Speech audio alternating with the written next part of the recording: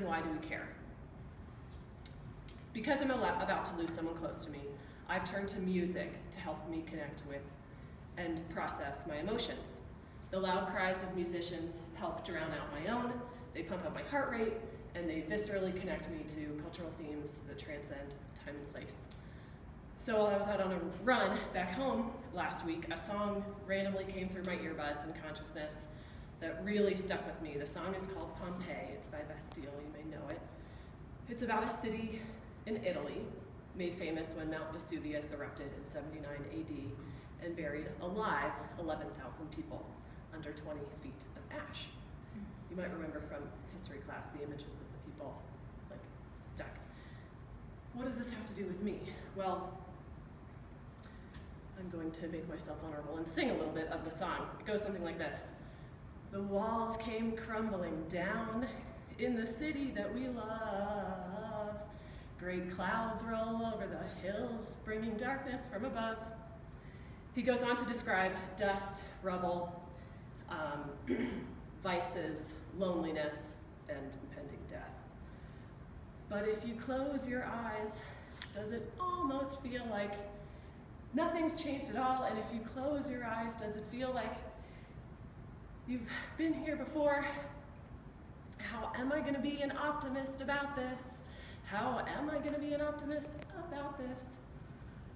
The poet is watching the volcano erupt before his eyes, and he's asking himself about how to be optimistic about this. It's over for this guy. He's about to get buried in 20 feet of ash. But he wants to make the best of it. I felt like this song was written for me. So I learned about optimism, or the transformative power of positive thinking, in middle school. My family was about to move across town, and so I openly accused my parents of ruining my life. Let me paint a picture for you. I had braces, I liked math, I had very few friends to begin with, but the idea of going to a new school and neighborhood meant that I was going to have none. In my mind, Mount Vesuvius was about to blow.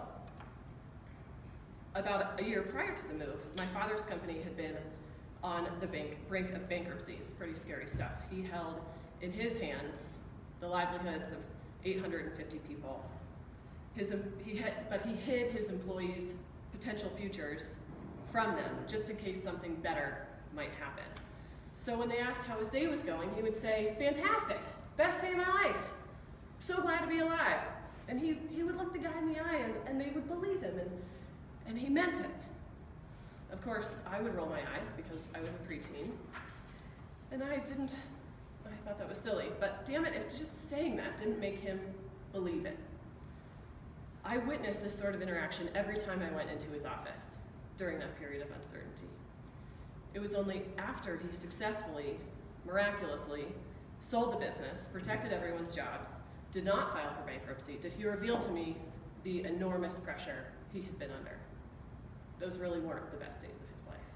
But by asserting that persistent positivity during a time of inner turmoil and strife, he taught me to be optimistic. He led by example under the shadow of Mount Vesuvius.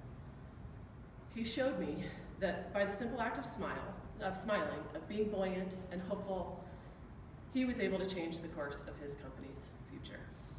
So flash forward back to the family's move when I was confronted with changing schools. We're talking about new teachers, soccer teams, not being able to rely upon a school uniform to fit in with my peers, not to mention new boys and new girls. Oh my God. I really did feel like my parents were ruining my life. Mount Vesuvius scale of ruining my life. But on the morning of that first day of school, sitting in the parking lot with my dad, he said that I had a choice about being optimistic. I could make new friends and meet great new teachers, maybe even enjoy the day. I didn't really believe him. But this was not Pollyanna's childish cheerfulness. Not, "Oh, sweetheart, it could be worse."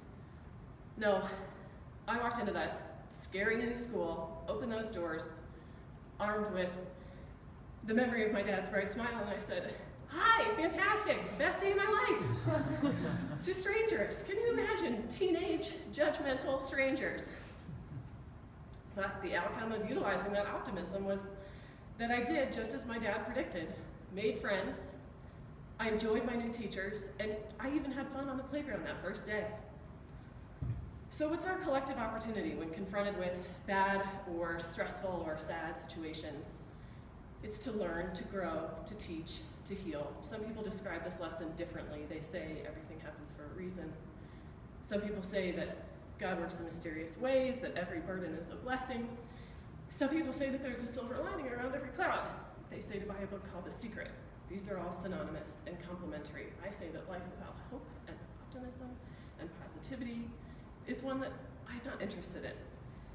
So my dad could have seen his terminal diagnosis as a rolling over of dark clouds, tumbling city walls.